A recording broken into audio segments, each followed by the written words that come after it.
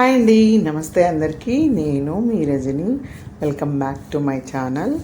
ఈరోజు mutton curry గ్రేవీగా ఎలా రావాలో చూద్దాం.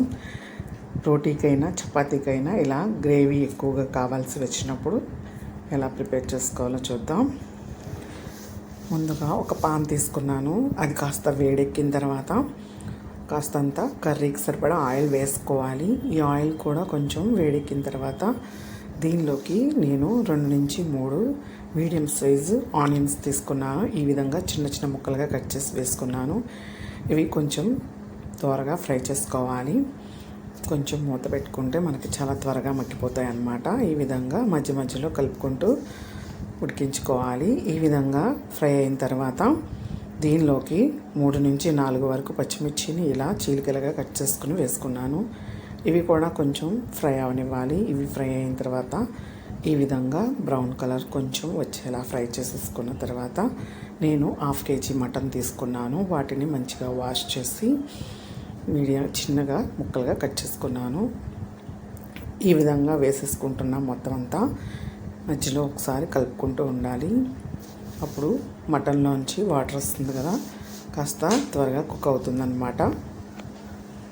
ఒకసారి మొత్తం అంతా కలుపుకొని తర్వాత మూత పెట్టుకొని 5 నుంచి 10 నిమిషాల వరకు మీడియం ఫ్లేమ్లోనే ఉడికించుకోవాలి.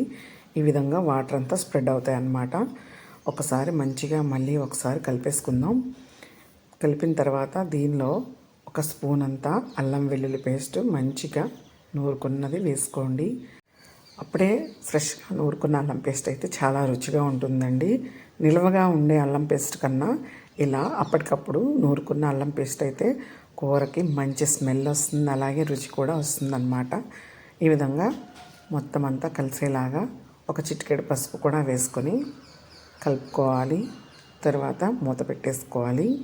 ఈ విధంగా కుక్ అయిన తర్వాత 1 నుంచి 2 స్పూన్ల వరకు కారం వేసుకోవాలి. మీరు కారాన్ని అడ్జస్ట్ చేసి వేసుకోండి. తినేదాన్ని బట్టి ఎన్వి కాబట్టి కాస్త కారం పడుతుందన్నమాట.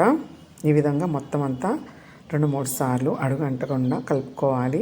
ఈ విధంగా 2-3 నిమిషాల వరకు కలుపుకోవాలి. ఈ విధంగా కలుపుకున్న తర్వాత 1 గ్లాస్ నుంచి గ్లాసున్నర వరకు వాటర్ యాడ్ చేసుకోవాలి. ఈ విధంగా కాస్త వాటర్ ఎక్కువే పడుతుంది. మటన్ మంచిగా ఉడకాలి కాబట్టి ఇది ఇంకాస్త ముదురుగా ఉన్న మాంసం, అందుకే కాస్త వాటర్ ఎక్కువగా వేసుకున్నాను. ఇలా రెడీ అయ్యేలోపు మనం మసాలా రెడీ చేసుకుందాం. గ్రేవీ ఎక్కువగా రావడానికి మసాలా ప్రిపేర్ చేసుకుందాం. దాల్చిన చెక్క 2 ఇంచుల వరకు 2 ముక్కలుగా తీసుకున్నాను. లవంగాలు 4, మిరియాలు 10 వరకు తీసుకున్నాను. 2-3 స్పూన్లు గసగసాలు వేసుకున్నాను.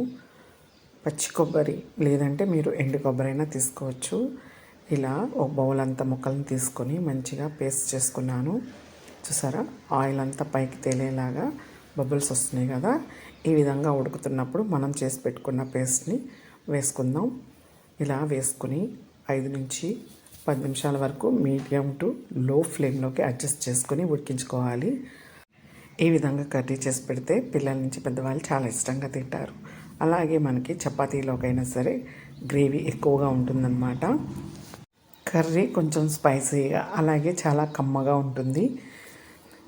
మీకు కనుక ఈ వీడియో నచ్చినట్లయితే లైక్ చేయండి, షేర్ చేయండి. చివరిగా కొద్దిగా గరం మసాలా యాడ్ చేసుకోవాలి. తర్వాత చిన్న చిన్న ముక్కలుగా కట్ చేసుకున్న కొత్తిమీరను కూడా యాడ్ చేసుకుంటే మటన్ గ్రేవీ కర్రీ మనకి రెడీ అయిపోతుందన్నమాట. మీరు కనుక ఈ వీడియోని మొదటిసారిగా చూసినట్లయితే సబ్స్క్రైబ్ చేసుకోండి. అలాగే వీడియో నచ్చినట్లయితే మీ ఫ్రెండ్స్కి ఇంకా ఫ్యామిలీ మెంబర్స్కి తప్పకుండా షేర్ చేయండి. మరిన్ని రెసిపీస్ కోసం NRBM కుకింగ్ ఛానల్ని తప్పకుండా ఫాలో అవ్వండి. ఇంకా మీకు ఎటువంటి వంటలు కావాలో నాకు కమెంట్ సెక్షన్లో కమెంట్ చేయండి. నేను తప్పకుండా ట్రై చేస్తాను. Thank you for watching. Just subscribe చేసుకుందరు.